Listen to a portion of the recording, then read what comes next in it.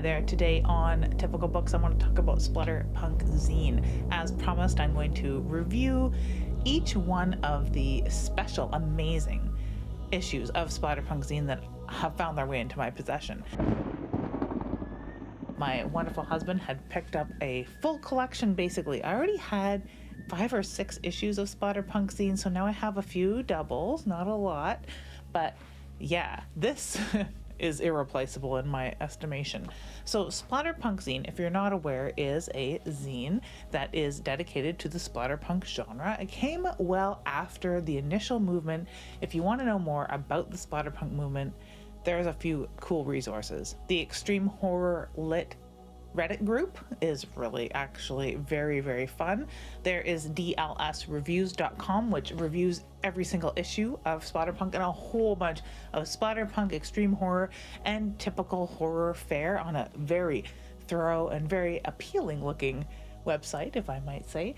And the beginning of This is Splatterpunk by John Skip will have what is probably the most definitive and recent essay on the origin of the term splatterpunk and who was in that initial movement. So I can't recommend this enough. That initial essay and conversation that took place at a World Fantasy Convention is like stuff of mythology. So if you look far enough into splatterpunk, you will find the same definition that John Skip offers here, which is it was sort of a tongue-in-cheek joke.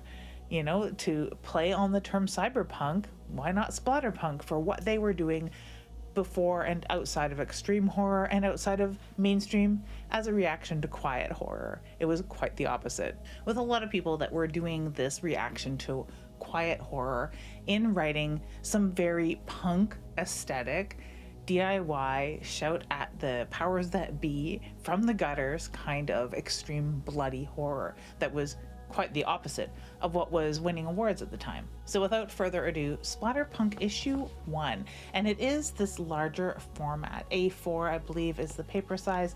It's printed and produced in the UK. This was April 2012, and it features that quite iconic now text letter form Splatterpunk logo, and it has some imagery from the story by Tim Curran in here called Brats. And it's just the picture that is in the magazine, which I won't show the pictures and such because they can be pretty brutal, and you know, I don't want to give it all away. You're not supposed to reproduce this thing, right? It's copywritten, like a lot of the stuff that we talk about here on YouTube. New fiction by Jeff Strand, Tim Curran, Jack Bantry, W.D. Gagliani, Dave Benton, and interviews with Jack Ketchum, Andre Duza, and Wrath James White. A column called Punk on Punk by Wayne Simmons, and it has a horror X-rated fiction kind of logo on the bottom, sort of like a restricted thing you would see at the film, and the Fist and Quill logo, which is also synonymous with Splatterpunk Zine, as well as that letter form, which is really my favorite. I have a sticker or 2 of Splatterpunk in that design. I have it stuck on some things as well, but I've saved a few.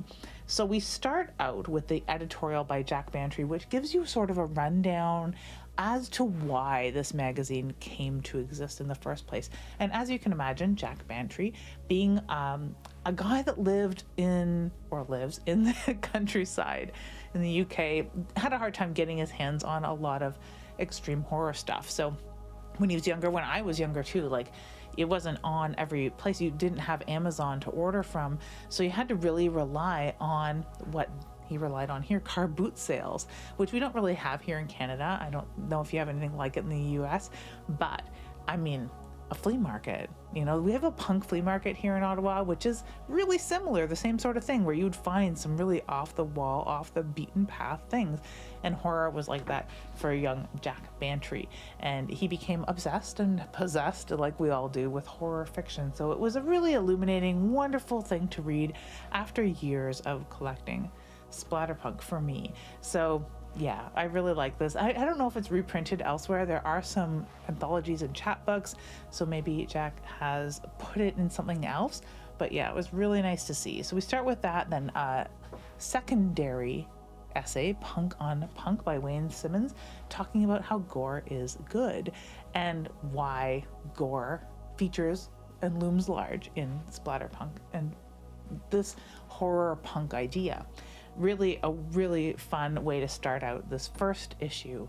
And one thing I will say is that this aesthetic, this logo, the way that the interviews are conducted, the quality of the reviews, the books that are suggested in the reviews, the way that the fiction is handled, the layout of the numbering of the pages, all this has persisted for years and years, right? So it is so refreshing to see the tone is hitting on this very first issue. We go into Love at First Sight by Dave Benton and W.D. Gagliani, and it's really fun. It's a good like little hitman story.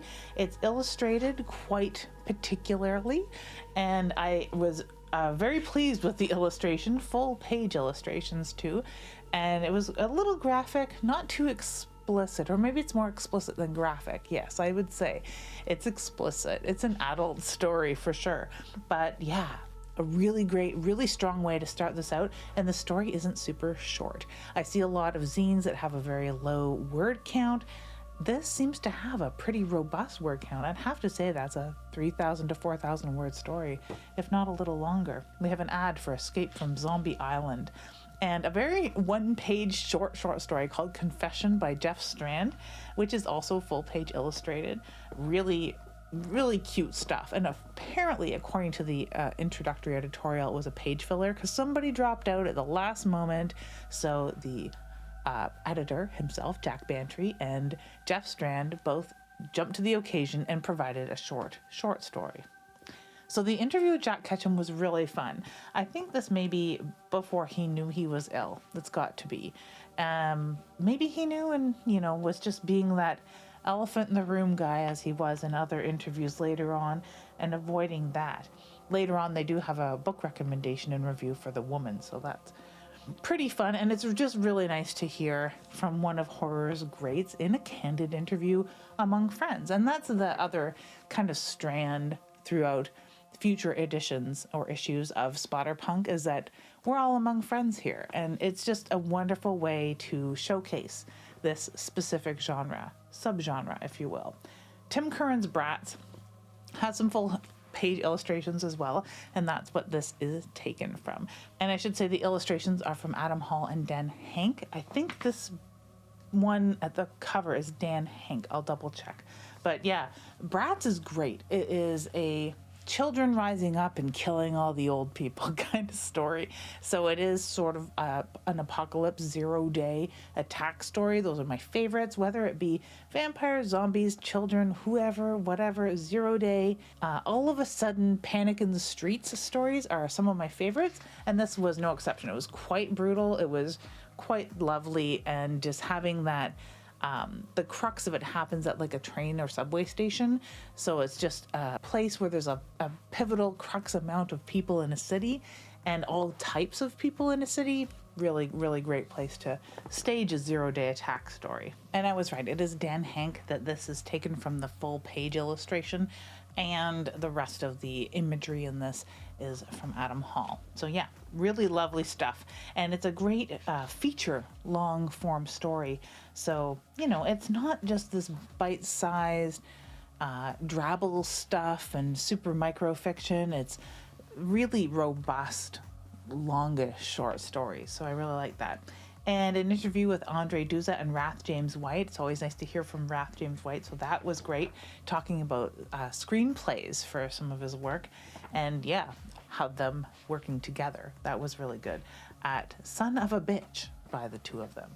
So yeah, really good interviews, and that sets such a trend. Aside from just being among friends and having good candid interviews, it's the interview subjects that are chosen for Splatterpunk zine are always perfect.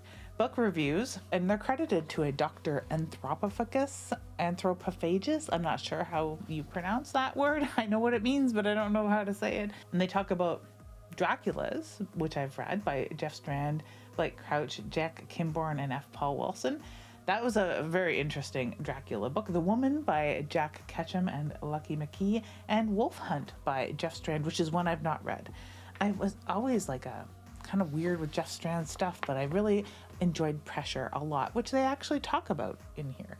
Jack Bantry's Twisted Reality, a short story, rounds it out, and a bunch of ads for like old punks. Good Time 7-inch compilation, a band FPO, Visual Offense Volunteers, Sperm Birds tribute, Bickle's Cab, and I Object. And it ends the page with a Splatterpunk ad image that also appears throughout the magazine of a little mohawked punk guy with wearing a black flag shirt and spitting. It's all in all pretty wonderful. I am so pleased to own this first issue. So soon enough, we're going to talk about the second issue, which took place in December of the same year, 2012. And that's when they adopted the smaller A5, I believe, or it's almost like a half size of an 8.5 by 11 paper, which is probably the closest estimation of letter size in the US and Canada. I always wish that Canada did adopt the UK paper sizing just so that it would be consistent, but whatever. Yeah, it is stapled with 2 staples. It is just plain white, kind of off-white paper, and this particular issue is not worse for wear, being as old as it is, and is kept in really pristine condition. So I'm going to put it back in its bag and board, and we'll revisit it some other time. On with issue number 2 of Splatterpunk Zine soon enough. Thank you so much for watching. If you've read Splatterpunk Zine or own copies of this, or own any of the reissues or anthologies that come out edited by Jack Bantry, let me know in the comments below. Thank you again for watching, and have an ooky spooky day.